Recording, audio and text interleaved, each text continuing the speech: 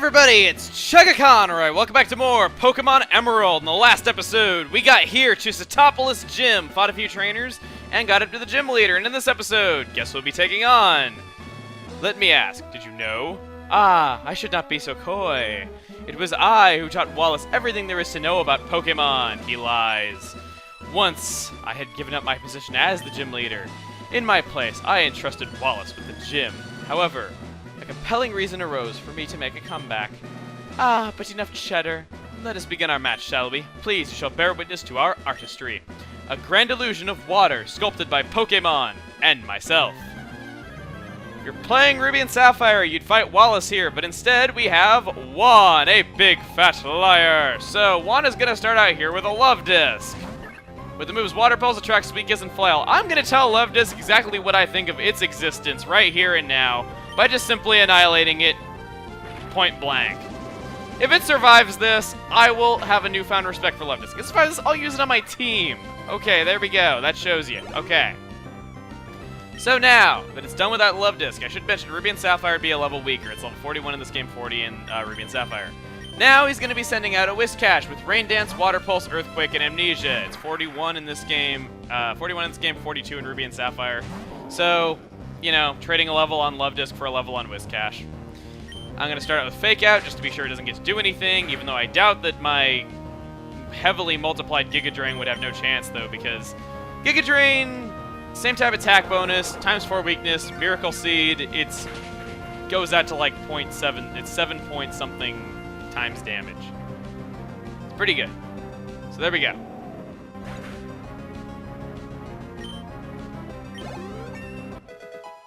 So we're level 42 now, and his next Pokemon is going to be Celio. Going to be level 43 with Encore, Body Slam, Aurora Beam, and Water Pulse. Same moves in Ruby and Sapphire, it would just be level 40, so we have a much stronger Pokemon here. I'm going to go with... why not? Moagami's not going to see any action in this fight otherwise. This is really the only chance... Well, no, actually, it's not entirely true. There are 2 chances I'll get to use this thing in this fight, but my starter Pokemon is probably the least useful out of anything that we have here. I'm going to go ahead and go for Double Kick. And not going to do at least half, unfortunately, so we're probably going to take a boot to the head right here. Water Pulse, yeah. Water Pulse is annoying. All of his Pokemon have it, and it can confuse you. Like it just did. I'm gonna hope I'm not confused. Yes! Okay! Not bad. To be fair, I could have gone to Teddy and used our newly found Brick Break move, but oh well. I like saying Brick Break. It's like Brick Break, Brick Break, Brick Break, Brick Break, Brick Break, Brick Break, Brick Break, Brick Break. I don't know, it's fun to say it like that. So, 4th Pokemon, Crawdont. Crabhammer, Water Pulse, Leer, and Taunt. In Ruby and Sapphire, it would be a level 42 Seeking with Rain Dance, Water Pulse, Fury Attack, and Horn Drill. I think the Seeking's more threatening because at least Seeking has stats oriented for its type, which Crawdont does not. And as if that wasn't bad enough, at least, well, that one has Horn Drill, and as you know, the AI gets super lucky with moves like that all the friggin' time. Crabhammer, that could kind of hurt, I guess. Or not, due to your Abysmal Special Attack, or your, yeah, Special Attack. What do I want to do? He's definitely going to heal. Yeah, no question there that he was going to heal. I'm going to do nothing this turn. I guess best I can do is hope for a critical. Now, I gotta say, I'm not going to, like, spoil anything, but his next Pokemon after this one is something I'm legitimately worried about. Taunt? Okay, that move forces me to use moves only moves that do damage. Why he would use that on Slacking, who only attacks every other turn, I don't know. Because obviously I'm going to go for damaging moves when I have a weakness of his. You want to use Taunt when you're in some kind of matchup where you know the opponent has difficulty attacking you. Like, say if you're a Ghost type and you're going up against a normal type that has fighting type moves like Slacking here. Granted, Slacking is a sitting duck for Ghost types now, but no big deal there. And oh crap, shoot. That is really not good. Crap, I should have healed there. I didn't realize I'd be loafing around that turn. So, I want to go... I'll go with Moagami. I am legitimately worried about this because his last Pokemon, it gives you hell. Like, big time it gives you hell. His last Pokemon, Kingdra. Water Pulse, Rest, Ice Beam, and Double Team. This thing's strategy is getting a free full restore out of Rest, and then activating the Chesto Berry. Because the Rest heals any status conditions, so pretty much hitting this thing with status ailments is pointless. There is no point in doing this. I think I'm gonna start out with Rock now. Didn't get to use it. I was gonna hope I'd be faster. I was gonna hope I'd be faster, be able to use Rock Tomb and slow it down.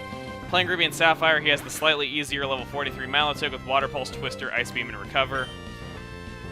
But yeah, I am legitimately worried about fighting this thing, like I said, because it's a pain in the butt.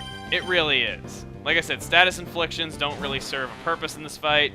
It's going to use Double Team a bunch of times, and it's just annoying as hell to fight. I'm going to go for Toxic and use Supersonic, hoping that that is enough, but I don't know if it will be. Because this honestly worries me. Yeah, Double Team. This whole fight just turns into, can you hit me when I use Double Team 86 times? No skill involved whatsoever. It's just stupid Double Team and then using Rest. It's just annoying. It takes any challenge out of this. It takes any legitimate challenge out of this fight and just turns it into luck. And I hate it. That's how this fight is going to be going. Get used to it. I'm going to go for Sludge Bomb and just hope that I can somehow bring it down using a Cool Tent. But chances are that's not going to happen, and it's going to heal off the poison using Rest because it's snapped out of Confusion. And what? Okay. No complaints. If Teddy was still up, I could use Yawn to get the Chesto Berry out of the way, but wouldn't serve much purpose. And if I beat it here, oh my god, come on. Oh, you suck! Oh, I thought I had it. Dang it. Had like 1 HP left. If I beat it that easily, oh my god. What I wanted to do was have Pandora go out there, get some quick damage in on it, and then send out Teddy and Hyper Beam it to finish it off. But as you see, that didn't happen. And Toxic is already missing after just 1 Double Team, and it can stack 6 of these. So as you can imagine, I'm not happy. If a Cool Tent is unable to take it down, my main strategy is going to be Pandora with Swords Dance and Aerial Ace. Because that's really all I have to fight this thing now that Teddy is down. And it's already stacked 5 Double Teams. I haven't even gotten to hit it once since it last used Rest. There we go. Okay. Now I'll do Supersonic. Even though it's not the best confusing move in the world and it has low accuracy, maybe I'll have something go in my favor. I doubt it because that's just the way this fight goes all the time. But maybe. Nope, didn't hit. Okay, that's all the Double Teams against. Okay, so I had 4 stacked when I said 5. Never mind. That's all the Double Teams against stack, so its evasion won't go any higher at this point. Don't know if that's a good thing or a bad thing. Okay, that's just being a dick. Using Rest when your HP is almost full just because I poisoned you. Alright, so a Cool Tent was finally able to get in some damage. It had 2 attacks that hit. Now I'm going to go for Pandora. Because this thing is poisoned and below half of its HP. Just got hurt by the poison too, so there's no doubt in my mind that it's going to be using Rest. So I'm going to think, yep, I outpredicted him. I used Swords Dance here. I'm going to use Swords Dance a second time after this, and then I'm just going to spam Aerial Ace. This was my strategy to get it to use Rest as soon as Pandora came out. So that way I'd have 2 turns to Swords Dance, I'd have an extra turn of Sleep at the end, and then I could just keep using Aerial Ace. Because 130 attack is a force to be reckoned with, and Aerial Ace cannot miss. So, in all honesty, I don't see this thing being too bad from here on out. Whoa! Okay! Yeah, you just got wrecked, man. I probably could have done this without losing any Pokemon if Teddy didn't faint, because I kind of threw my strategy off. But, hey, I was able to pull a strategy out from what I had left without using a Revive. I don't think I used any items, and yeah, I think this was a good run overall, even though that whole Cool Tent walling it was kind of cheap. Ahaha, excellent, very well, you are the winner. From you, I sense the brilliant shine of skill that will overcome all. However, compared with me or even Wallace, you are lacking in elegance. What do you mean lacking in elegance? Perhaps I should make you a loan of my outfit. Haha, I merely jest. Rather than my clothes, I shall reward you with this rain badge. Please keep your clothes on, dude. Okay. And we got the rain badge from Juan, as some people call him. Juan is how it's supposed to be said. Having the Rain Badge shall assure you to have full obedience of all your Pokemon, to your every command. The Rain Badge also allows use of the HM Waterfall to scale waters of cascading walls of cascading water! So you never forget the battle we shared. Take this. I would rather forget it. We get TM03 Water Pulse. Not a move I'm going to be using, but hey. So, as you can see here, we've gone to register walls in our Pokénav. As you can see here, we now have 2 HMs for the water type. One is slightly weaker. Let's see, this one's 80 power and Surf is 95 power. My idea is that maybe I should give Waterfall to Kappa and then keep Surf on a cool 10. That way we have at least some diversity, because if I'm not mistaken, Waterfall can make the opponent flinch on occasion. I'm not sure, I'd have to check that, but I think it can. I'm thinking of doing that, but at the same time I'm thinking maybe not. Just because Waterfall really isn't required that many times. But yeah, with that, we are done here in Satopolis City.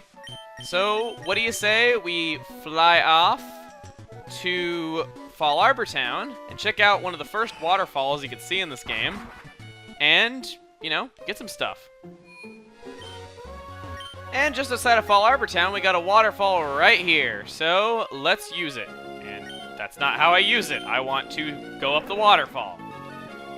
That is a really uninspired effect, just going up it really slowly. We have a rare candy right here, so that's really worthwhile. And then we also have Route 119, which has some stuff that we can get now that we have Waterfall. So let's go ahead and fly to Fortree City. And here we go, Route 119. Now, you might have had trouble finding Feebas because the 6 spaces that it's located on could have been north of here, north of this waterfall, which I know is a really jerkish move, but yes, they can appear there. I'm going to pick these Hondu berries, and I just realized I need to go get my acro bike for this. Here we go. So we're going to head up here. We got an item right there. We got a nugget, so free money right there. And I think there's one other item that we can obtain in this area, or maybe 2, I don't know. Here's a secret base location if you really want that. No hidden items around here. Let's hop on over. I don't really think there's vertical platforms like this anywhere else. I could be wrong, of course, but hey. And here we have yet another rare candy. So 2 rare candies that we can get now that we have Waterfall. So that's pretty cool. Aside from that, I think there's only one other place that we can use Waterfall, and that's the required use of it. Which, as you can see, we've explored every town, only leaving, aside from this one, only leaving this graded area of Evergrande City left. The anime says Evergrande City, but I'm going to beg to differ on that just because I used to live in Arizona and it was always Grande, it was never Grand, so yeah. Anyway, I say that now that we have Waterfall, we've taken down all the gym leaders, how about we head back to the Spear Pillar and check on Rayquaza, see how he's doing. Now, just letting you know, you want to bring everything you got here. When we're heading back there, there's going to be some insanely powerful stuff there, okay? You want to bring your best Pokemon. Don't have HM slaves on you. You need every ounce of power you can get. In fact, I think I'm going to use my 2 rare candies right here. Kappa's already almost fully leveled. Let's use one on Pandora. Actually, let's use them both on Pandora because I like Pandora a lot, and it hasn't been getting a lot of use, though, so maybe I can get some damage on it. Pandora just utterly destroyed Juan, though. I'm proud of Pandora. I really am, because Pandora just utterly wrecked Juan. So we'll use them both on Pandora. Levels aren't quite as even as they could be, but oh well. So, alright, here we go. You want to have your Mach bike. So in this video, I've switched my bike to Acro and then switched it back. Just because the order that I showed things in, which admittedly was not the best order. Reason why you need to switch is that there's cracks in the ground. Meaning that if you fail, you fall off, you have to do it again. There's wild Pokemon on every other floor because those cracks in the floor are on every other floor, and obviously if you ran into a wild Pokemon, that would bring you to a screeching stop. So, be really careful. So, we gotta do this, go down, and... Ah, I almost had it! Okay, what you want to do is go like this, go all the way down. Go over here, go all the way, go back, go up to the side.